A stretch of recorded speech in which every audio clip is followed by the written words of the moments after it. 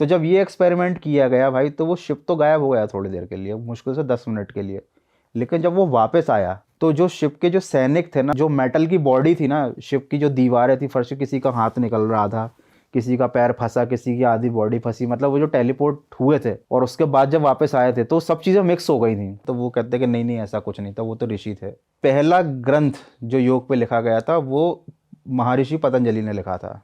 और पतंजलि महर्षि के बारे में बोला जाता है कि भाई वो आधे इंसान आधे नाग थे, कि हमारे धरती पर जो सिविलाइजेशन है उसे बहुत पहले एलियंस ने ही बसाया है, और एलियंस बाहर से कहीं से नहीं आते, वो हमारे बीच में ही रहते हैं। हाँ तो भाई स्वागत है अपनी जनता का नए पॉडकास्ट में। आज का पॉडकास्ट मैं कह सकता हूँ भाई बहुत ज़्यादा इंटरेस्टिंग होने वाला है, क्योंकि आज के जो टॉपिक्स हैं बहुत ही ज़्यादा मिस्टीरियस होने वाले हैं, बहुत ही अनसुनी बातें आज हम बात करने वाले हैं उस बारे में।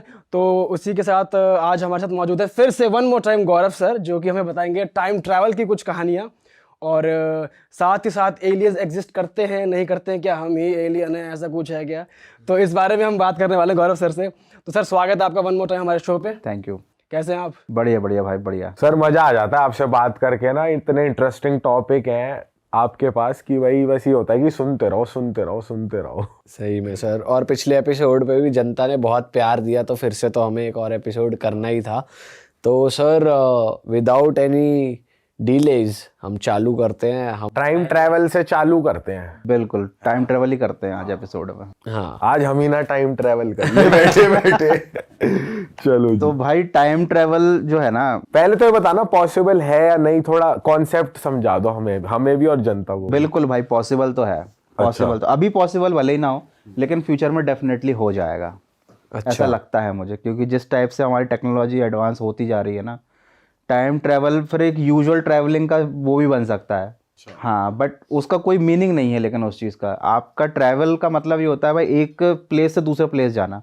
यहाँ पर आप ट्रैवल कर रहे हो एक टाइम से दूसरे टाइम में, और उस चीज़ से अगर आप पास्ट की कोई चीज़ बदलते हो या फ्यूचर में कोई चेंजेस करते हो, तो उससे पूरा जो सर्कल है वो पूरा बिगड़ सकता है। तो आई थिंक इस ये टेक्नोलॉजी क्या पता अभी भी डेवलप हो चुकी हो, क्योंकि 1940 के टाइम से यूएस में रिसर्च चल रहा है, जो एरिया 51 जो बोलते हैं हम, जिसको एलियंस का पूरा गढ़ बोला जाता है। भाई ज़रूरी नहीं है कि वहाँ एलियंस ही हों, वहाँ पर ऐसे एक्सपेरिमेंट्स होते हैं। चाइना वाले भी इस चीज़ पर बहुत रिसर्च करते हैं, बट ये है कि ये सारी बातें आम जनता तक पहुँचती नहीं है। टाइम ट्रेवल पर बहुत पहले टाइम से रिसर्च चल रहा है, अल्बर्ट आइंस्टाइन के टाइम से, क्योंकि जब वो उस टाइम थ्योरी ऑफ रिलेटिविटी दे चुके थे, तो अभी तक उस चीज़ पर ऐसा तो हो नहीं सकता ना कि आगे फर्दर कुछ भी रिसर्च ना हुआ हो। बट ये कि वो चीज़ जनता तक नहीं आई, बातें बंद हो गई एक टाइम के बाद। एक टाइम पहले हो रही थी, लेकिन अब बिल्कुल शांति है। पहले ये थे ना स्टेटमेंट की टाइम कांस्टेंट होता है, बट उनकी थ्योरी से बना time is relative. Time is relative और उस चीज़ को हम किस तरीके से मैनिपुलेट भी कर सकते हैं। अब बात ये है कि भाई गवर्नमेंट के हाथ में आ गई, गवर्नमेंट के हाथ में सारी पावर है। आम आदमी को क्या चीज़ पता चलेगी, किस रूप में पता चलेगी, ये उनके हाथ में है। ऐसे बहुत सारे इतिहास में भी किस्से हो चुके हैं जहाँ पर टाइम ट्रैवल की कोशिश की गई या गलती से टाइम ट्रैवल हो गया। एक फिलाडेल्फिया एक्सपेरिमेंट है, उसके ऊपर डॉक्यूमेंट्री भी बनी है, बहुत सारे उस पर आपको आर्टिकल्स मिल जाएंगे। ये यूएस आर्मी का एक खुफिया ऑपरेशन था, उसमें गलती से टाइम ट्रैवल हो गया था। अब जब गलती से एक बार हो गया था, तो भाई इनने आगे सेम टेक्नोलॉजी पर कुछ तो रिसर्च किया ही होगा अभी तक। भाई थोड़ा एक्सप्लेन करो क्या था ये, और डिटेल में बताओ स्टार्टिंग से, मजा भाई आए। ये बात है 1943 की करीब, है ना। तो यूएस और जर्मनी के बीच में गर्मा गर्मी चल रही थी। टेक्नोलॉजी सभी देशों के पास सेम थी, बट यूएस के पास बेनिफिट ये था कि उनके पास अच्छे साइंटिस्ट थे। निकोला टेस्ला थे, आइंस्टाइन थे, और उनकी रिसर्च वगैरह सब थी यूएस के पास। यूएस क्या करता था, बाहर के देशों के जो अच्छे साइंटिस्ट है ना, उनको भी अपने यहाँ की नागरिकता दे देता था। ठीक।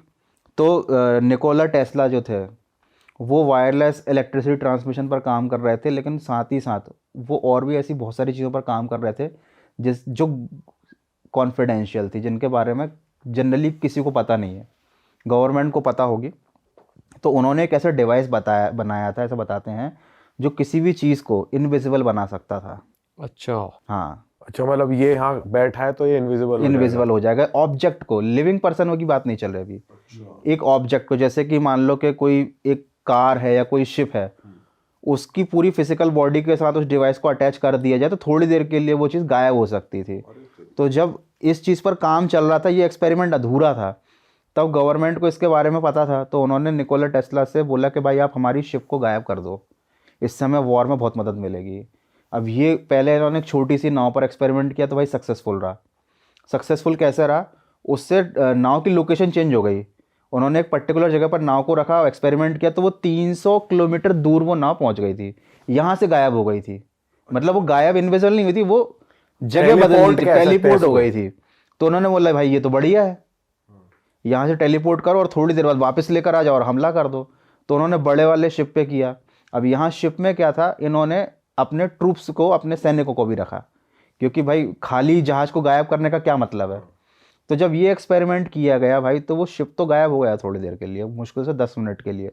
लेकिन जब वो वापस आया तो जो शिप के जो सैनिक थे ना भाई, उनकी हालत बता नहीं सकता। मतलब जो मेटल की बॉडी थी ना, शिप की जो दीवारें थी, फर्श, किसी का हाथ निकल रहा था, किसी का पैर फंसा, किसी की आधी बॉडी फंसी। मतलब वो जो टेलीपोर्ट हुए थे और उसके बाद जब वापस आए थे तो सब चीज़ें मिक्स हो गई थी, लिविंग नॉन लिविंग थिंग्स तो सब मिक्स हो गई थी।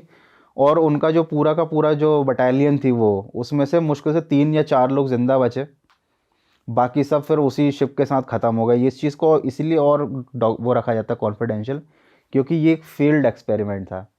अब इसमें अल्फ्रेड नाम का एक बंदा ज़रूर बच गया था, तो उसने जब वो रिटायर्ड हुआ, उसने पहले कुछ नहीं बताया। रिटायरमेंट के बाद फिर जाके उसने मीडिया के सामने बताया कि ये एक्सपेरिमेंट हुआ था, मैं इसमें था, और जब मैं गायब हुआ तो शिप टेलीपोर्ट हुई, लेकिन मैंने टाइम ट्रैवल किया। अच्छा, टाइम ट्रैवल करके कहाँ गया वो? टाइम ट्रैवल करके पहुंचा था वो फ्यूचर में। उसने ईयर मेंशन किया था 2137 में वो पहुंचा था। अच्छा, क्या बात कर रहे हो? 40s की बात है यार वो। 1940 से 2137 में पहुंचा था। अभी 2024 चल रहा, सोचो कितना आगे पहुंच गया था इस 10 मिनट के उसमें। 10 मिनट के उसमें। और सबसे ज़्यादा इंटरेस्टिंग बात यह है कि यहाँ जो टाइम था वो 10 मिनट का था, लेकिन वो बता रहा था कि वहाँ पर वो 7 दिन रहा। उसने 7 दिन कैसे वहाँ सरवाइव किया, छुप के रहा जैसे तैसे। उसको ये भी नहीं पता था कि मैं वापस कभी आ भी पाऊंगा कि नहीं आ पाऊंगा, मैं तो फंस गया यहाँ पर। लेकिन फिर जैसे ही वो एक्सपेरिमेंट वहाँ ख़त्म हुआ पास्ट में, तो वो वहाँ से गायब हो गया और ये यहाँ पहुँच गया। भाई नासा भी बहुत सारे एक्सपेरिमेंट्स करती है, अमेरिकन गवर्नमेंट, हर कंट्री का अपना अलग रिसर्च चलता है, लेकिन वो इन्फॉर्मेशन पब्लिक तक नहीं पहुँचती। पब्लिक तक वही पहुँचता है जो उनको बताने के हिसाब का गवर्नमेंट समझती है। और टाइम ट्रेवल तो एक ऐसा जोन है जहाँ पर ज़रूरी नहीं है कि इंसान ही, जो हम अभी करेंट टाइम में एक्सपेरिमेंट करके पास्ट या फ्यूचर में जाएं। कभी कभी ऐसे इंसिडेंट होते हैं जहाँ पर टाइम स्लिप की घटना देखी जाती है। मतलब बिना किसी मशीन के या फिर किसी अननोन रीज़न से पास्ट का कोई पर्सन यहाँ पर, मतलब अभी प्रेजेंट टाइम में या फिर फ्यूचर में पहुँच जाए, ऐसी घटनाएँ भी देखी गई हैं। अच्छा। और हाँ, और एक तो जापान की घटना बहुत फेमस है वहाँ की। ये 1954 की घटना, मैन फ्रॉम टॉड। टॉड एक कंट्री का नाम है जिसको मतलब काल्पनिक कंट्री मानते हैं। भाई थोड़ा डिटेल में बताओ, कहाँ से आया था, क्या हुआ था, एक बार अच्छे से बताओ थोड़ा। भाई ये घटना हुई थी जापान में, टोक्यो एयरपोर्ट पर 1954 में। तो जो दोपहर की फ़्लाइट जिसने टोक्यो में लैंड किया था, उसमें एक बंदा उतरा। उसकी जब चेकिंग चल रही थी तो उसने अपना पासपोर्ट दिखाया, उस पर लिखा था रिपब्लिक ऑफ टॉड। तो वो देखकर जो कस्टम के ऑफिसर थे या जो भी एयरपोर्ट की सिक्योरिटी के जो लोग थे, भाई वो चौंक गए, यार ये तो हमने कभी देखा ही नहीं है। तो उसको अलग से बिठाला, पूछा भाई कहाँ से आए हो क्या, तो वो पूरे हर चीज़ सही बता रहा कि भाई बिजनेसमैन हूँ, ये काम करता हूँ, और उसकी सील वगैरह लगी हुई थी पासपोर्ट पर, सब कुछ एकदम वैलिड था, नकली वाला कोई काम नहीं था। लेकिन सब ये इस चक्कर में थे कि ये टॉड कौन सी कंट्री है, इसका तो नाम ही नहीं सुना। तो एयरपोर्ट अथॉरिटी वालों ने क्या किया, उसके सामने वर्ल्ड का मैप रखा उस इंसान के सामने कि भैया कहाँ है तुम्हारी कंट्री, इस मैप पे दिखाओ हमको। तो वो मैप था 1954 के टाइम का। हाँ। अभी तक कोई चेंजेस नहीं आए हैं, अभी भी वही मैप चल रहा है भाई, वही ऑस्ट्रेलिया ही है ना। तो उस इंसान ने जगह जहाँ पर रखा वो कोई और कंट्री थी। अच्छा, वो टॉड नहीं थी। तो वो उस प्लेन में कैसे बैठ गया जो दूसरे पैसेंजर यही तो सोचने वाली बात थी। वो यही गुत्थी वो लोग सुलझा रहे थे कि भाई जब ये बंदा चेक इन किया होगा इसने, या फिर टेक ऑफ के पहले इसने सिक्योरिटी चेक कराया होगा, तब इसको कैसे अप्रूवल मिल गया, ये प्लेन के बीच में से कैसे आ गया, क्या हुआ। तो उन्होंने बोला भाई इसको अलग से रखते हैं। और देखो क्या है कि ये जब मामला था, ये तो था भाई अपर लेवल का, ये टाइम ट्रेवल का मामला था या पैरेलल यूनिवर्स का। उनको या फिर लग रहा था कि कोई बहुत बड़ा फ्रॉड आदमी है ना। तो एयरपोर्ट अथॉरिटी वालों ने थोड़े ऊपर वाले लोगों को कांटेक्ट किया होगा कि भाई आप आके इन्वेस्टिगेशन करो, FBI वगैरह को, ये जो भी उनके यहाँ चलता होगा जापान में। तो उसको एक कमरे में उन्होंने रख दिया अच्छे से, और कमरा पूरा उन्होंने कर दिया लॉक, कोई विंडो वगैरह कुछ नहीं, सब कुछ पैक एकदम। उसके बाद जब हायर अथॉरिटी के लोग आए, उन्होंने बोला कि भाई बंदा कहाँ है, उन्होंने बोला यहाँ पे है। ठीक, गेट खोला तो वो गायब। अरे वो गायब, और उसके जितने डॉक्यूमेंट उन्होंने अपनी कस्टडी में लिए थे वो भी गायब। हाँ, वो उसके पास नहीं छोड़े थे। उसका सूटकेस, उसका पासपोर्ट, उसके जो भी डॉक्यूमेंट्स वो सब लेके आए थे, वो उन्होंने अपने पास रख लिए थे। उन्होंने बोला चलो अपने पास ये तो है। जब वो देखा तो वो भी नहीं था। बोले ये कैसे गायब हो सकता है, मतलब आदमी तो चलो फिर भी वैसे ही नेक्स्ट टू इम्पॉसिबल है कि उस जगह से भाग जाए, क्योंकि वो पूरे सिक्योर्ड उसमें रखा था। एयरपोर्ट पे तो वैसी सिक्योरिटी हाई सिक्योरिटी में कहाँ भागेगा वो इंसान। कैमरे वगैरह में भी कहीं पर भी नहीं आया उस टाइम, जो भी रहते होंगे, बट डॉक्यूमेंट्स उनके पास पे से गायब हो गए जैसे कभी थे ही नहीं। बट उन्होंने उस टाइम में उसके फोटोज ले लिए थे, उस बंदे उसके पासपोर्ट का फोटो ले लिया था। और जो फ्रंट पेज होता है उसका फोटो लिया था, वो गायब नहीं हुआ। वो एक्चुअली में किया गया था, वो कोई फिजिकल चीज़ तो थी नहीं, डिजिटल फॉर्म में था या जो भी था, तो वो अभी भी इंटरनेट पर सर्कुलेट होता है। और वो इतने साल हो चुके हैं इस घटना को, 60 साल से ज़्यादा हो चुके हैं। जापान में इस मिस्ट्री को कोई सॉल्व नहीं कर पाया कि भाई वो बंदा प्लेन में आया कैसे, टॉर्ड नाम की कौन सी कंट्री थी, क्योंकि टाइम ट्रैवल का केस होता तो वो ईयर वाला मिस मैचिंग होती ना कि भाई मैं 1940 में चढ़ा था, 50 में पहुंच गया। यहाँ पर वो चढ़ा तो सेम टाइम में था, लेकिन वो कंट्री ही कुछ और थी, वो जगह ही कुछ और थी। भाई ये कैसे पॉसिबल है ये यार? भाई ये हो सकता है पैरेलल यूनिवर्स वाला केस, मतलब ऐसा बताया जाता है, अपने वेदों में भी वर्णन है। और बहुत सारे लोग इस टाइप की थ्योरीज को प्रेजेंट करते हैं कि भाई हम जिस दुनिया में जी रहे हैं, हमारे साथ पैरेलल में सेम बहुत सारी दुनिया चल रही हैं। तो कभी कभी कुछ गड़बड़ हो जाती है भाई, यहाँ का वहाँ हो जाता है। तो ये इस टाइप का टाइम स्लिप का केस था, या शायद पैरेलल यूनिवर्स का केस था। तो ऐसी घटनाएं भी होती रहती हैं। ज़रूरी नहीं है कि इंसान ही अपनी तरफ से मशीन बनाए और टाइम ट्रेवल करने की कोशिश करे। इसको तो हम ऐसे कह सकते हैं कि भाई भगवान कुछ फिक्स करना चाहता है तो उस बंदे को टाइम स्लिप करवा दिया, हो सकता है। ऐसा भी हो सकता है। भाई भगवान को मानते हो तो हो सकता है भगवान भी करवा देते हैं।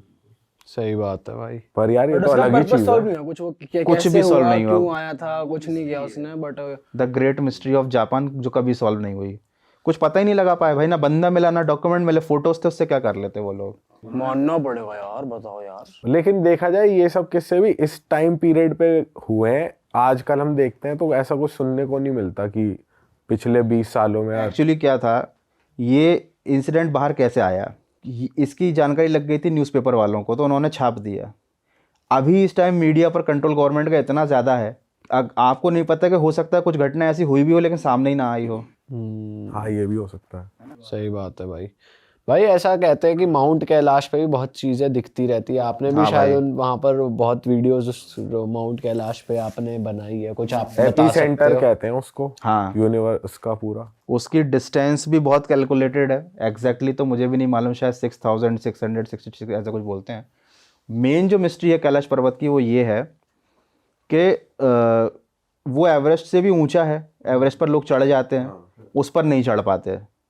ठीक है, रीज़न क्या बताते हैं नहीं चढ़ने का, कि इसका एंगल कुछ इस तरीके का है, शायद 60 डिग्री या ऐसा कुछ एंगल है, जिसकी वजह से इस पहाड़ पर चढ़ाई करना मुश्किल होता है। ठीक है, और ऑक्सीजन की कमी हो जाती है, बहुत सारे तर्क देते हैं। बट क्या है कि ऐसा बताया जाता है कि कैलाश पर्वत पर भगवान शिव का वास है, और वहाँ पर वही इंसान चढ़ सकता है जिसका दिल साफ हो। तो जो एक तिब्बती संत थे मिलारेपा, वो चढ़ गए थे अकेले। वही एक ऐसे इंसान है जो वहाँ की चढ़ाई कर पाए हैं। तो अगर 60 डिग्री वाले एंगल का लॉजिक लगाएं या ऑक्सीजन की कमी का लॉजिक लगाएं, जो आजकल के हाइकर्स के पास तो कितने अच्छे अच्छे इक्विपमेंट है, तो वो नहीं चढ़ पाते, लेकिन उस टाइम पे संत चढ़ गए थे। और दूसरी बात ये भी है, देखो ये पूरा ऊपर तक पहुंच गए थे? नहीं, पूरा ऊपर तक तो लिया। नहीं पहुंचे थे, बट मैक्सिमम जो भी चढ़ाई करी है वो इन्होंने ही करी है। टॉप पर तो अभी तक कोई नहीं पहुंचा है। लेकिन एक चीज़ और भी है सोचने वाली, कि जब कोई कभी चढ़ा ही नहीं है, किसी को मालूम नहीं, लेकिन हमारे वेदों में या फिर जो किस्से कहानियाँ चलते हैं उसमें कैलाश पर्वत के बारे में सब बताया जाता है कि हाँ भाई यहाँ पर ये है, यहाँ पर एक लोक है, यहाँ पर ऐसा वैसा। तो भाई किसी ने तो कुछ देखा ही होगा ना। एक चीज़ और भी है, जैसा कि बोला जाता है कि वहाँ पर टाइम जो है वो फास्ट चलता है, और ये तो घटना एक्चुअली में हुई थी, है ना। जो चाइना जो था जिसने अपने कब्जे में ले लिया था जब कैलाश पर्वत को, तो उसने रूस या जर्मन याद नहीं आ रहा, कुछ साइंटिस्ट लोगों को अनुमति दी थी कि आप चढ़ के रिसर्च कर लो। तो जब वो लोग गए थे ना, तो उन्होंने बताया कि भाई यहाँ पर हमारे बाल और नाखून इतनी तेज़ी से बढ़ रहे थे, फिर हमें पता चला कि भाई हमारी एज बहुत जल्दी बढ़ रही है यहाँ पर टाइम बहुत तेज़ चलता है। एक मिस्ट्री ये भी है वहाँ पर टाइम जो नॉर्मल अपने पृथ्वी का टाइम है उससे तेज़ चलता है, एज जल्दी बढ़ती है, वहाँ हर कोई नहीं चढ़ पाता, लोगों को इल्यूजन्स वगैरह होने लगते हैं, है ना। और बाकी जो उसकी पोजीशन है वो इतनी कैलकुलेटेड है, जैसे कि मतलब इंटेंशनली उस चीज़ के बारे में हमारे ग्रंथों में बात की गई, क्योंकि उसको शायद से धरती की धुरी ही बोला जाता है उसको, मतलब सेंटर पॉइंट ही बोला जाता है कैलाश पर्वत को। और केवल इंडिया में नहीं, मतलब ऑल ओवर बहुत सारे जो भी रिलीजन है उनमें कैलाश पर्वत की इम्पोर्टेंस है। अभी क्या चल रहा है कि अभी मुद्दा थोड़ा सा ऐसा है कि भाई चाइना का भी थोड़ा सा इंडिया का भी, तो 16 साल से तो कोई चढ़ाई नहीं है, दोनों कंट्रीज़ की तरफ से परमिशन ही नहीं है जाने की। इंडिया वाले बोलते हैं हमारी धार्मिक भावनाएं आहत होती हैं वहाँ से, वो लोग या चढ़ते भी होंगे तो अपने को नहीं पता चलती होंगी, कुछ तो ये लोग करते ही होंगे, ऐसा तो पर है भाई नहीं भाई। हेलीकॉप्टर या प्लेन से तो जा ही सकता होगा कोई, जा सकते अगर होंगे। ट्राई करे तो देख सकते हैं कि सीधा टॉप पे जाओ तो क्या है। भाई देखो क्या है कि ऐसी चीज़ें नहीं दिखती, आप जाओगे, आप क्या एक्सपेक्ट कर रहे हो कि कैलाश पर्वत के ऊपर जाओगे तो आपको कोई कुछ दिख जाएगा, कुछ मिल जाएगा, ये ऐसी चीज़ें हैं। जैसे एंटार्क्टिका में भी बहुत सारी मिस्ट्रीज़ हैं, ऐसा बोला जाता है कि उसके अंदर भी एक एडवांस सिविलाइजेशन है, उसके अंदर भी बहुत कुछ है, एलियंस का हब है। लेकिन आप प्लेन के ऊपर से, अगर प्लेन का यूज़ करके एंटार्क्टिका ऊपर से निकलोगे तो आपको क्या दिखाई देगा, कुछ नहीं दिखेगा आपको। ये सब चीज़ें हिडन होती हैं। भाई कैलाश पर्वत के अंदर क्या है, उसको क्यों इतना पूजनीय मानते हैं, उस कुछ हमारे ग्रंथों में जिस भी चीज़ के बारे में कुछ कहा गया है तो कुछ ना कुछ उसके पीछे लॉजिक होता है। अब ये आज के ज़माने के लोग नहीं समझ पाते उसको, हमेशा हर चीज़ को अपने पॉइंट ऑफ व्यू से समझने की कोशिश करते हैं, तो वो चीज़ें कहीं ना कहीं गड़बड़ हो जाती हैं। भाई एलियंस के लिए भी कहते हैं कि वो रास्ता यूज करते हैं बहुत बारी। वहां पे बहुत कुछ दिखता है आसमान में। लद्दाख के तरफ भी दिखता है, अपना कैलाश पर्वत के तरफ भी लाइट्स दिखती हैं। यूएफओ की शेप का कुछ दिखता है वहां पे, ऐसा कहते रिसेंट में भी इंडिया में हुआ तो था कहीं हाँ। कि देखा गया एक यूएफओ टाइप का कुछ, लाइटनिंग टाइप दिख Light रही है, type की ट्रायंगल दिख रही है। शेप की। इंडिया में भी बहुत सारे एरिया 51 जैसी जगह हैं जहाँ पर मतलब बहुत कहा जाता है ऐसा कि एलियंस की आवन जावन लगी रहती है।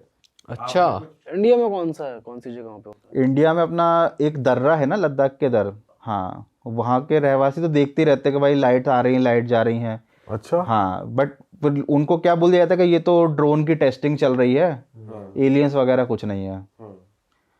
भाई देखो एलियंस, आप मेरे को ये बताओ, अपना यूनिवर्स इतना बड़ा है, केवल हमारा ही सौरमंडल तो वो है नहीं जहाँ पर जीवन है।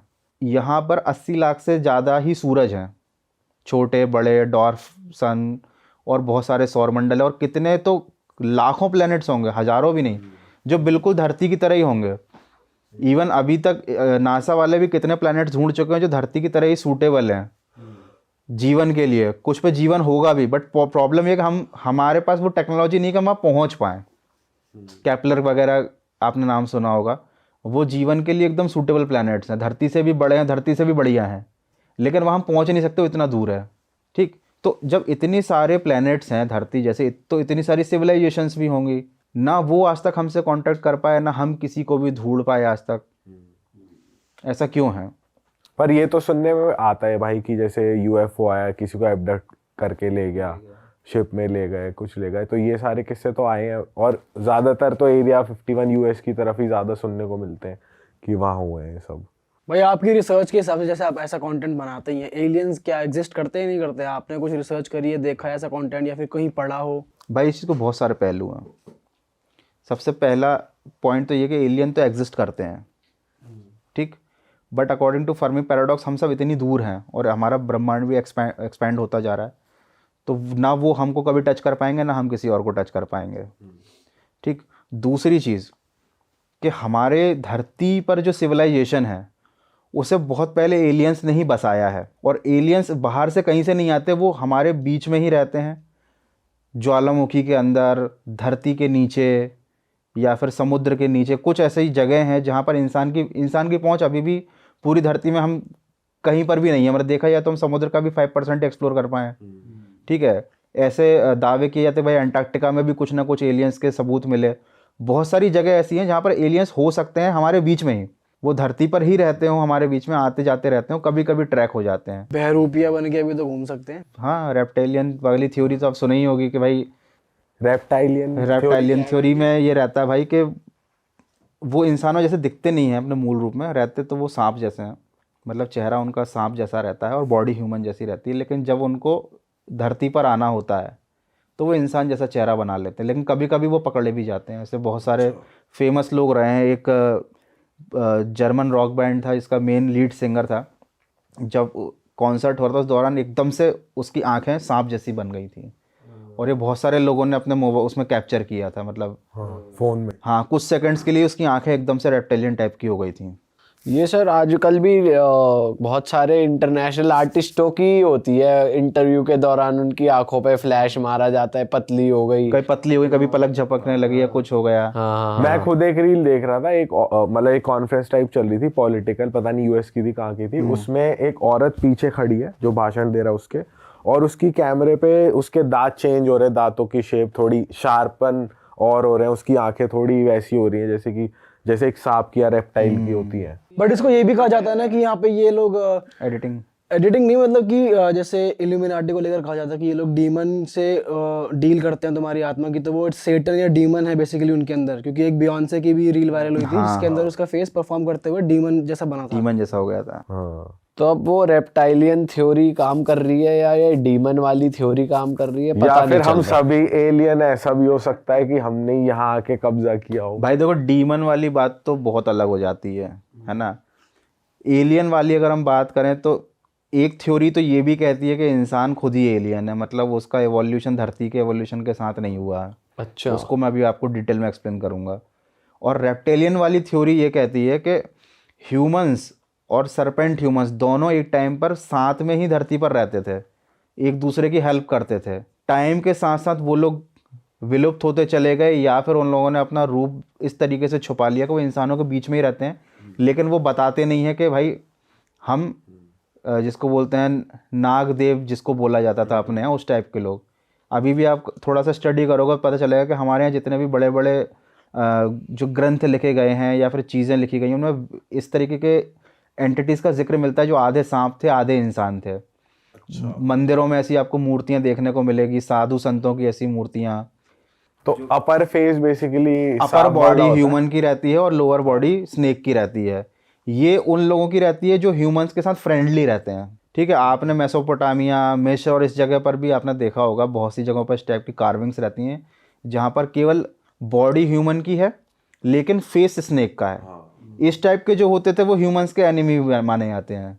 मतलब यहाँ पर भी दो टाइप के होते हैं, जिनका निचला हिस्सा सांप जैसा, ऊपर का इंसान जैसा, वो इंसानों से फ्रेंडली है। अच्छा, दोनों तरीके के हैं। और ये भी बताया जाता है कि धरती में जो पाताल लोक है उसके ऊपर रसातल होता है, 7 तल होते हैं धरती में, तो रसातल में ये लोग अभी भी रहते हैं। अच्छा जी, अरे बाप रे। और इफ ऐसे इनकी गायब होने की वजह नहीं कभी बाहर आ पाई कि भाई यही, अगर ये लोग एग्जिस्ट करते हैं कि भाई क्यों, अगर ऐसा है तो क्यों गायब हुए, वैसे ही क्यों नहीं रहते हमारे साथ अगर जैसे पहले रहते थे, अगर ये सच है तो। भाई देखो, पहले क्या हुआ था अलग टाइप की सभ्यता होती थी। पहले आप देखोगे कि मिस्र के जहाँ पिरामिड्स हैं यहाँ पर इजिप्ट में, वहाँ पर बहुत सारे ऐसे आपको क्या बोलते हैं, पुराने ज़माने के लोग हैं जो किसी का सिर चील गिद्ध जैसा है ना, आधे जानवर आधे इंसान। उस टाइम में ये सब चीज़ें बहुत कॉमन थी। ठीक है, कि भाई आधे इंसान आधे जानवर टाइप के लोग रहते थे, वो सब मिलकर रहते, सब प्रकृति के साथ संबंध रखते थे। भारत में भी ऐसे ही होता था।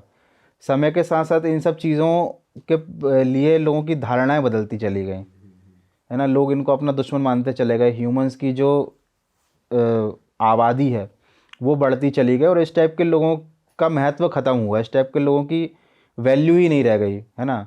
और ये जो लोग हैं ना, इनका मेन पर्पस ये नहीं था कि इन इंसानों के साथ रहना है। इंसान अपना अलग रह रहे थे, ये अपना ज्ञान और वो चीज़ें शेयर करते थे इंसानों के साथ, वो भी उनके साथ जो कि चुने हुए होते थे। ऐसा नहीं कि स्कूल या कॉलेज खोल रखे हैं रेप्टिलियन ह्यूमंस ने या सांपों ने, है ना। वो गुरु होते थे, है ना। जैसे पतंजलि गुरु के बारे में भी बोला जाता है, जिन्होंने योग शास्त्र लिखा था, कि भाई वो आधे इंसान थे आधे नाग थे। अच्छा, हाँ सर ये तो पहली बार सुना है, क्योंकि अभी तक तो यही सुना था वो ऋषि मुनि थे और नॉर्मल इंसान की तरह ही थे। भाई देखो, जिन लोगों को ये चीज़ हजम नहीं होती, कुछ लोगों की धार्मिक भावनाएं आहत हो जाती हैं, तो वो कहते हैं कि नहीं नहीं ऐसा कुछ नहीं था, वो तो ऋषि थे, है ना। जो योग है, योग की सबसे पहली योग जिसने बनाया था वो थे आदिनाथ, भगवान शंकर। लेकिन उन्होंने कोई पुस्तक नहीं लिखी थी। भगवान शंकर का नागों के साथ क्या संबंध है सभी जानते हैं। और पहला ग्रंथ जो योग पे लिखा गया था वो महर्षि पतंजलि ने लिखा था। और पतंजलि महर्षि के बारे में बोला जाता है कि भाई वो आधे इंसान आधे नाग थे। ये लिखा हुआ है हमारे ग्रंथों में, ये लिखा हुआ है। और आप बहुत सारी प्राचीन मूर्तियां देखोगे मंदिरों में महर्षि पतंजलि की जो हैं, वो देखते ही समझ जाओगे कि भाई ऊपर से वो जो है वो मनुष्य हैं योगी जैसा, नीचे से उनका धड़ जो है वो सांप जैसा है। एक जगह मैंने ये भी पढ़ा हुआ था, योग का ही कोई ग्रंथ है, उसका हिंदी में ट्रांसलेशन था कि जो महर्षि पतंजलि जब पढ़ाते थे तो वो पर्दे के पीछे छिपकर पढ़ाते थे।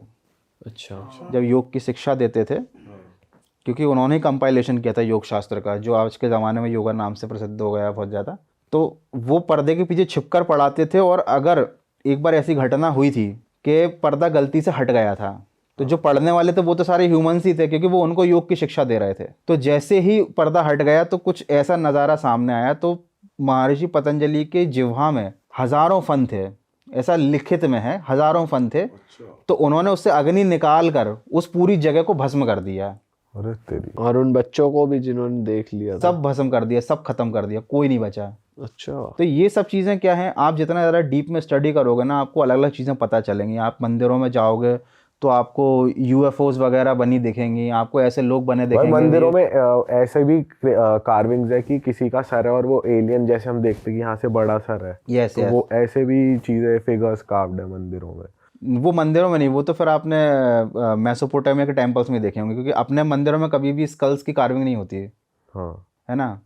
हमारे यहाँ देवी देवताओं की कार्विंग्स होती हैं, ठीक है, जहाँ पर मतलब चित्रों के द्वारा ही संदेश दिया जाता है, पूरी चीज़ें बताई जाती हैं। तो ये सब चीज़ें विलुप्त हो चुकी। तमिलनाडु में एक ऐसा गांव है जहाँ पर क्या है, बहुत छोटे छोटे घर हैं सांप के बिल जैसे, तो उसके अभी वो खाली पड़े हुए हैं। तो लोकल्स बताते हैं कि पहले यहाँ पर ऐसे लोग रहते थे जो सांप जैसे थे, उनके घर हैं बिल जैसे, तो वो इंसानों के साथ ही रहते थे और अपना नॉलेज शेयर करते थे।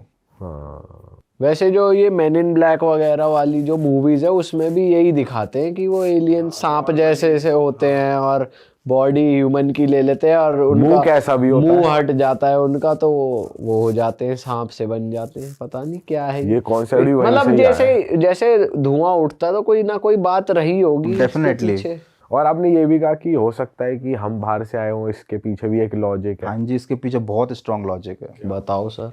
देखो क्या है कि धरती पर जितने भी जीव हैं, जीवित लोग हैं, जीवित में मतलब कीड़े मकोड़े, पक्षी, जो भी हैं, जानवर, वो सब एवोल्यूशन के साथ साथ साथ अपने आप को धरती के हिसाब से चेंज करते आए हैं भाई, ठीक है। जो पहले मछली नहीं थे वो पानी में रहने लगे, धीरे धीरे मछली बन गए। जो पानी में रह के बाहर आए उनके पंख निकल आए। एवोल्यूशन बहुत सैकड़ों हज़ारों सालों में हुआ, सबकी अपनी अपनी चीज़ें चेंज हुई। तो वो प्रकृति के साथ जुड़े रहे, उनके अंदर प्रकृति वाले गुण हैं। जैसे कि सांप के अंदर गुण है कि वो धरती पर चलता है, तो उसे कितने 20-30 किलोमीटर दूर से अगर भूकंप आ रहा होता है ना, तो उसको पहले पता चल जाता है भूकंप आने वाला है ना।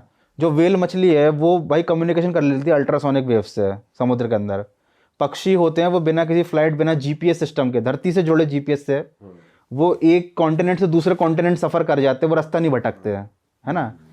हाँ भाई, जानवरों के कहा जाता है कि जीपीएस होता है, जीपीएस होता है उनका नेचुरल, क्योंकि हर जानवर की क्वालिटी होती है और वो प्रकृति में चेंजेस नहीं करते, प्रकृति के हिसाब से खुद को ढालते हैं, है ना भाई। जो जहाँ मिला वहाँ के हिसाब से खाना शुरू कर दिया, वैसे उनके बाल निकल आए, है ना, वैसे उनके सींग आ गए या सींग विलुप्त हो गए। लेकिन इंसानों के साथ पूरी दुनिया में ऐसा कहीं नहीं होता कि वो वहाँ के माहौल के हिसाब से विलुप्त एडजस्ट हो जाएं। पर कहा जाता है ना पहले बंदर थे, जैसे जो एवोल्यूशन उसमें दिखाया है कि वही भाई पहले वो उस पर भी बात करेंगे, वो भी मैं आपको बताऊंगा। बढ़िया मज़ेदार चीज़ है कि एप्स से, बंदर से तो नहीं, एप्स से अपन वो बने। हाँ, डार्विन्स थ्योरी के अकॉर्डिंग इंसान बने, है ना। लेकिन देखो अगर वो थ्योरी सही होती है ना, तो हमारे अंदर कुछ तो ऐसे गुण होते जो धरती से जुड़े हुए होते। हमारे अंदर ऐसी क्या क्वालिटीज़ है, हमें हर इंसान ने हमेशा प्रकृति को अपने हिसाब से ढालने की कोशिश की है। प्रकृति के हिसाब से वो कभी नहीं ढला है कि भाई यहाँ नेचर ऐसा है, चीज़ें ऐसी, रिक्वायरमेंट ऐसी, बोले नहीं नहीं।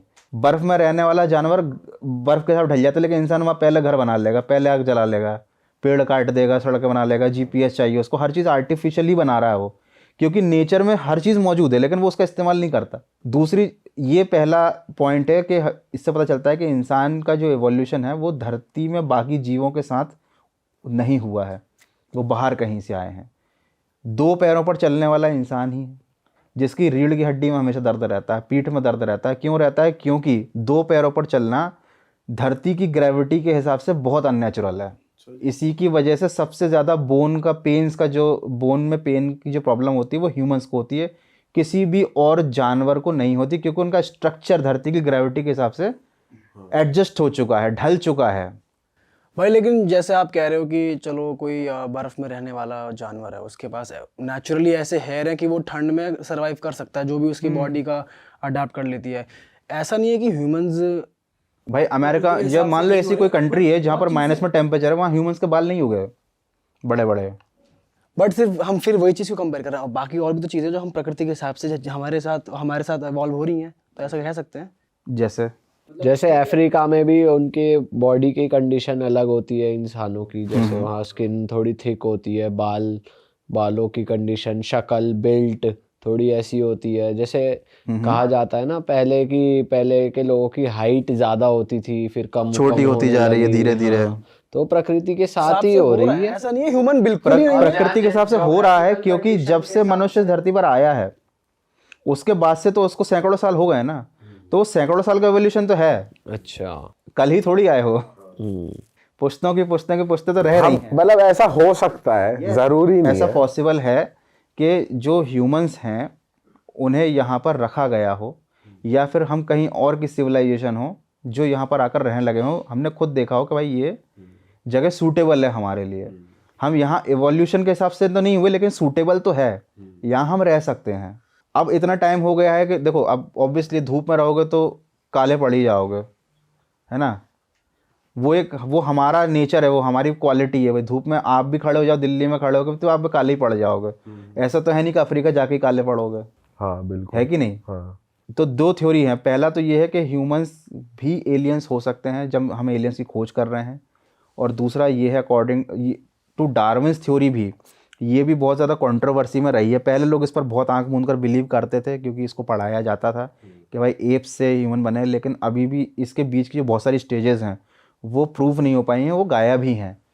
बट चूंकि हमारे पास कोई और अल्टरनेटिव नहीं है अभी, इसलिए ह्यूमंस इस चीज़ पर बिलीव करते हैं कि ठीक है हमारे पास एक रेफरेंस है जिसको हम मानते हैं, वो भी अभी इनकम्प्लीट है, उसके बीच की बहुत सारी स्टेजेस नहीं है। और अभी भी अफ्रीका के पास में ही जब खुदाई हुई थी तो कुछ ऐसे ह्यूमंस के बोन्स निकले थे जो इवोल्यूशन की जो पूरी स्टेजेस है उनमें किसी से ही मैच नहीं करते थे।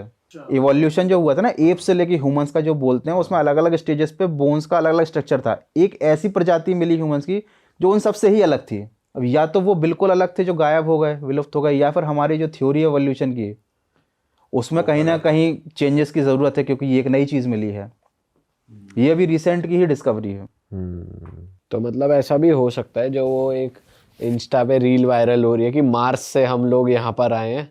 हाँ, मार्स पे कहते हैं कि एक एक्सप्लोजन, न्यूक्लियर वॉर चल रही थी वहाँ पे, तो वो तबाही हो रहा था पूरा एक तरीके से, और लोग यहाँ तो कुछ लोग एक बहुत बच के फेमस यहाँ केस आए। भी, एक बच्चा था वो ये दावा करता था कि मैं मार्स से आया हूँ। अच्छा, मैं मतलब मेरा पुनर्जन्म हुआ है, लेकिन मैं धरती पर पैदा हो गया, मैं मार्स का रहने वाला हूँ। तो उससे पूछा गया कि भाई मार्स में जब तुम रहते थे तो कैसा क्या था। तो उसने बताया कि जब हम मार्स पर रहते थे हम धरती पे आया करते थे, ठीक है। तो हम जिस टाइम पे आते उस टाइम पे जो पिरामिड्स हैं उनका कंस्ट्रक्शन चल रहा था। ये उस लड़के ने बताई बातें। कहाँ का है लड़का? ये मेरे को देखना पड़ेगा, याद नहीं आ रहा, बहुत पुराने किस्सा है। कोई से गांव का तो नहीं है तेरे गांव का। यही है, बागपत का है। तो भाई उसने बहुत अच्छी इन्फॉर्मेशन बताई। उससे बोला कि हम कैसे मान लें कि भाई कंस्ट्रक्शन चल रहा था। तो उसने बोला कि पिरामिड के इधर जो एक स्ट्रक्चर बना हुआ है ना, बिल्ली टाइप की बैठी हुई है, बोले उसके कान के इधर से एक सीक्रेट एंट्रेंस है। तो जब उस चीज़ के अकॉर्डिंग जांच की गई तो भाई वाकई में वो जो स्ट्रक्चर कांच के इधर से एक सीक्रेट एंट्रेंस निकला उसके अंदर जाने का। अच्छा जी। हाँ, अब ये बंदा जो लड़का था ये सही बोल रहा था या नहीं ये नहीं पता, इसका कोई प्रूफ नहीं है, लेकिन उसने ये जो चीज़ बताई थी ये सही थी। जो सीक्रेट एंट्रेंस था वो मिला था उसका अकॉर्डिंग। अरे बाप। तो भाई देखो अभी चल क्या रहा है ना भाई, सोशल मीडिया पे इतना कंटेंट जनरेट हो रहा है, उसमें 90% तो फेक है। इतनी एडिटिंग चल रही है भाई, कोई कुछ भी दावे कर रहा है कि मैंने भाई रेप्टेलियन ह्यूमन को देख लिया, या मैं खुद ही एलियन हूँ, मैं डेविल हूँ, भूतों के किस्से भी। ये भी कह रहे हैं लोग मैं टाइम ट्रैवलर हूँ। मैं टाइम ट्रैवलर हूँ। एक बहुत फेमस किस्सा था जो बाद में फेक साबित हुआ था। एक बंदा था यूएस का, उसने प्रूव किया था कि मैं टाइम ट्रेवल हूँ, मैं गया और खुद से ही मिल के आया। उसने अपनी सेल्फी भी डाली थी। शुरुआत में लोगों ने बहुत बिलीव किया, बाद में पता चला कि सब फेक था। तो असली और नकली के चक्कर में ना इतनी चीज़ धुंधली हो चुकी है ना कि आप समझ नहीं सकते भाई कि आपको जो दिख रहा है सोशल मीडिया पे वो कितना सही है कितना गलत है। अच्छा भाई, एक चीज़ और, अगर जैसे आपने बोला एलियंस पहले आया करते थे, तो मतलब उनके पास पहले टेक्नोलॉजी, पहले के लोगों के पास, अगर पहले के लोगों को हम बोले कि एलियंस है तो उनके पास एडवांस टेक्नोलॉजी थी हमसे, क्योंकि अब बोलते हैं कि हम ज़्यादा एडवांस हैं आज की डेट में। भाई ये है मिलांकोविच साइकिल, जिसमें हर जनरेशन को लगता है कि हम सुपीरियर है, हमसे पहले वाले कम एडवांस थे, है ना। देखो जैसे कि आप अजंता एलोरा का मंदिर देख लो, उनका जो स्ट्रक्चर है भाई, एक पूरे पहाड़ को काट के ऊपर से नीचे कार्व करके बनाया गया है ना। उसको जब आप जाके देखोगे तो आप कह ही नहीं सकते कि भाई ये चीज़ ह्यूमंस ने बनाई होगी इतने सालों पहले। उनके पास एडवांस टेक्नोलॉजी थी, लेकिन समय के साथ साथ चीज़ें इतनी बदल गई कि हम उस चीज़ को समझ ही नहीं पा रहे, वो चीज़ विलुप्त हो चुकी है। पिरामिड्स की बात करें अगर, इनका भी नहीं पता लग पाया भाई कैसे, क्या मतलब कैसे पॉसिबल हुआ बनना पिरामिड का। पिरामिड कैसे बने, बहुत सारी थ्योरीज हैं, ऐसे बना होगा वैसे बना होगा। इतना बड़ा स्टोन एकदम टॉप पे कैसे आया, कैसे उनको पता कि पिरामिड के बारे में खास पॉइंट ये है भाई, स्पीड ऑफ लाइट जो होती है ना भाई, वही उनके जो अपना लैटिट्यूड या लॉन्गिट्यूड जो रहता है ना, सेम स्पीड ऑफ लाइट जैसे ही है। अच्छा, मतलब थोड़ा बहुत पॉइंट्स का अंतर है। दूसरी चीज़, पिरामिड जब बना रहे थे उनको मालूम था कि ट्रायंगल शेप जो होता है ना दुनिया का स्ट्रॉन्गेस्ट स्ट्रक्चर होता है, वो किसी और फॉर्म में भी बना सकते हैं, बट उनको मालूम था कि ये चीज़ सालों तक रहनी चाहिए। वो आज भी खड़ा हुआ है। और प्लस वो कॉन्स्टलेशन के जो स्टार्स हैं उनसे मैच होती है उसकी हाँ, टिप। ओराइन के जो तीनों, ओराइन बेल्ट के 3 जो स्टार्स हैं उनके साथ तो अलाइंड है ही वो। तो ये सब चीज़ें कोइंसिडेंस नहीं है, ये सब साइंटिफिक चीज़ें हैं, है ना। हमको केवल मॉन्यूमेंट्स दिखते हैं कि भाई ये ऐसा वैसा। अपने यहाँ के इजिप्ट ही क्यों जाना, अपने यहाँ भारत में आप देखो, इंडिया में ही ऐसे इतने बेहतरीन मंदिर बने हुए हैं। एक मंदिर ऐसा है जिसके मतलब खम्भों को जब आप देखोगे, पिलर्स को, इतने स्मूथ हैं जैसे मशीन से कटिंग करके बिल्कुल स्मूथ बनाया गया हो। स्मूथ भी है भाई, और कुछ कुछ तो ऐसे पिलर है कि टिके नहीं हुए, गैप है नीचे, गैप है बीच में, हवा में है वो, है ना। एक मंदिर ऐसा है जिसके पत्थर के खम्भों पे आप टच करोगे तो 7 सुर निकलेंगे अंदर से, वो इस तरीके से वो खोखले हैं। मूर्तियां ऐसी ऐसी हैं कि मतलब भारत के मंदिर ही आपको बता देंगे कि वो जो कंस्ट्रक्शन टेक्नोलॉजी उस टाइम की इतनी एडवांस थी। तो आप सोचो, वो ऐसे तो नहीं कि हाथ में कील हथौड़ा लेकर उन लोगों ने बना दिया होगा। कील हथौड़े वाला स्ट्रक्चर है जहाँ पे अपना ईस्टर आइलैंड में, जहाँ बड़ी बड़ी खोपड़ियाँ बनी हुई हैं वो, है ना। वो चीज़ बनाई जा सकती है भाई, वो उसमें भी 4-5 पीढ़ियाँ लग जाएंगी। पर इसमें इतनी डिटेलिंग मंदिरों में हमारे ऐसी की गई है तो बिना मशीन का पॉसिबल ही नहीं है। इवन मैं जहाँ रहता हूँ भोपाल में, वहाँ भोजपुर का मंदिर है, ऐसा कहा जाता है कि उस मंदिर को 1 रात में बनाया गया था, 1 रात में। तो वो जैसी सुबह हुई तब तक कंस्ट्रक्शन पूरा नहीं हो पाया, तो वो मंदिर अधूरा ही है। लेकिन जब आप देखोगे ना बना हुआ, तो जितना बना है वो एकदम सॉलिड, एकदम शार्प, और जितना छूट गया वो आधा अधूरा। लेकिन आज तक वो ना टूटा ना उसका कुछ बिगड़ा, और वहाँ पे इतने शार्प कटे हुए पत्थर बड़े बड़े पड़े हुए हैं, जैसे कंस्ट्रक्शन साइट में होते हैं ना, इतने हज़ारों साल पुराना। उनकी पूजा होती है वहाँ पे, भगवान शिव की पूजा होती है। एशिया का सबसे बड़ा शिवलिंग है वहाँ पे। अच्छा, उसकी भी एक खास बात बताता हूँ। उससे शायद 20-30 किलोमीटर दूर है भीमबेटका।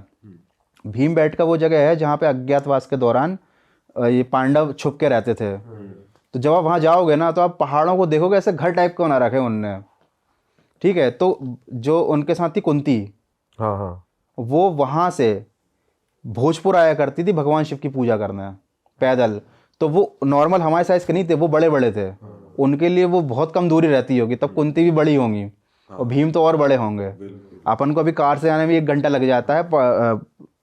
कौन सी जगह थी यार वो, कौन सी वाली, भीमबेटका, सॉरी। हमको भीमबेटका से भोजपुर जाने में 1 घंटा लग जाता है कार से। वो लोग वो रोज़ सुबह पैदल जल चढ़ाने आती थी, तो इसलिए उनका शिवलिंग भी इतना बड़ा है। मतलब अपन जैसे एक के ऊपर एक 3 खड़े हो जाएंगे ना, तब वो इतना बड़ा शिवलिंग दिखेगा आपको। उसमें वो जल चढ़ाती थी, तो सोचो वो खुद कितनी बड़ी होंगी भाई। उस टेक्नोलॉजी तो भाई उस टाइम पे भी बढ़िया ही थी कि भाई। हाँ, आप वो शिवलिंग आप देखोगे ना, वो इतना बड़ा, इतना शार्प, सॉलिड 1 स्टोन का बना हुआ है, और वो इतना चिकना है कि आप उसको कार्विंग करके बना ही नहीं सकते। वो अलग ही दिखता है कि वो एडवांस टेक्नोलॉजी थी। उस टाइम का ज्ञान भी उच्च स्तर का था, टेक्नोलॉजी उच्च स्तर की थी, जो समय के साथ साथ विकृत होती गई या भुला दी गई एक तरीके से, है ना। और भाई विमान भी, उड़ने वाले जो विमान है वो विमान भी बहुत शास्त्र ज्यादा भाई। थे पहले भाई, हमारे शास्त्रों में भी मेंशन्ड है हाँ कैसे। जी, बहुत अच्छी चीज़ याद दिलाई आपने। अपना विमान शास्त्र है, हर चीज़ का शास्त्र है। दवाइयों के लिए आयुर्वेद है, वैसे विमान बनाने के लिए विमान टेक्नोलॉजी, एरोनॉटिक्स के लिए विमान शास्त्र है। उसमें 48 से ज़्यादा प्रकार के विमान बताए गए हैं, जो कि मतलब पेट्रोल या डीजल से नहीं, मरकरी का या पारे का इस्तेमाल करके चलते हैं, जो एंटी ग्रेविटी टेक्नोलॉजी को यूज़ करते हैं। अच्छा। और उनका स्ट्रक्चर वैसा ही है जैसा आजकल अपन यूएफओ बनाते हैं, गोल वाला। गोल वाला स्ट्रक्चर। तो भाई ये सब और चीज़ें, ये कितना पुराना है, ये कितने पुराना? विमान शास्त्र यार कम से कम नहीं तो 1200-1300 साल तो पुराना हो गई। शास्त्र है, देखो सबसे पहले जो आए थे वो आए थे वेद, फिर पुराण, फिर उसका शास्त्र, धीरे धीरे अलग अलग चीज़ें उपनिषद वगैरह सब बनती गई। तो मतलब हज़ारों साल पुराने किसी भी किताब में अगर इस तरीके की चीज़ों का जिक्र है, तो कोई ये तो नहीं बोल सकता ना कि कोई बैठा होगा सोचा होगा चलो विमान शास्त्र लिखता हूँ। विमान मतलब उस टाइम पे प्रेजेंट होंगे वो, उन्हें चीजें पता होंगी, उनको तभी वो पता था लिख कि पाए। विमान नाम की कोई चीज़ होती है। अगर हमला भारतीय संस्कृति या प्राचीन जमाने की संस्कृति इतनी ही पिछड़ी होती, तो हमारी हिंदी या संस्कृत में एयरक्राफ्ट के लिए कोई शब्द ही नहीं होता। बट था विमान, तो क्यों था? क्योंकि उस टाइम वो चीज़ अवेलेबल थी। और उस टाइम कहीं ना कहीं ऐसा माना जाता है कि भाई उस टाइम अलग प्लेनेट से आने वाले या एडवांस टेक्नोलॉजी वाली कोई सिविलाइजेशन थी जो ह्यूमंस के साथ कांटेक्ट में रही थी, जिसकी वजह से ये चीजें पॉसिबल हुई। जिसकी वजह से चीज़ें पॉसिबल हुई। ये तो भाई कह सकते हैं कि ऐसा कुछ था, लेकिन भाई मजा आ गया यार इस पॉडकास्ट में, इतना इंटरेस्टिंग हुआ है ना ये, मजा आ गया भाई। सही में भाई हमें तो मज़ा आ ही गया। और मैं चाहता हूँ कि ऑडियंस को अगर और ऐसा कंटेंट देखना है तो गौरव भाई डेडिकेटेडली ऐसी इंटरेस्टिंग वीडियोस बनाते हैं। लास्ट टाइम हमने इनसे हॉरर की बातें करी थी, इस बार इनसे एलियंस और टाइम ट्रैवल की बातें करी। और अगर आपको पार्ट 3 भी चाहिए तो कमेंट कर दो कि भाई फिर से हम गौरव भाई को इनवाइट करें। तो गौरव भाई से जुड़ने के लिए सारी डिटेल्स डिस्क्रिप्शन में मेंशन्ड है। इनके चैनल का गोल बटन भी यहाँ कहीं आ रहा है, और डिस्क्रिप्शन में इनके बाकी चैनल्स के और इंस्टाग्राम के भी लिंक है, तो जाके भाई को फॉलो कर लो, प्यार दिखाओ। और हम मिलेंगे आपसे ऐसे ही मज़ेदार पॉडकास्ट में। Till then bye bye, take care. और हाँ, आप हमारी मर्च भी चेकआउट कर सकते हो realhitstore.com पे। नए डिज़ाइन अपलोड हो गए हमारे पास, जैसी सैंपल आएंगे हम भी पहन के बैठ जाएंगे। और मिलते हैं आपसे नए पॉडकास्ट में। Bye bye, take care. Bye bye, जय श्री राम। जय श्री राम।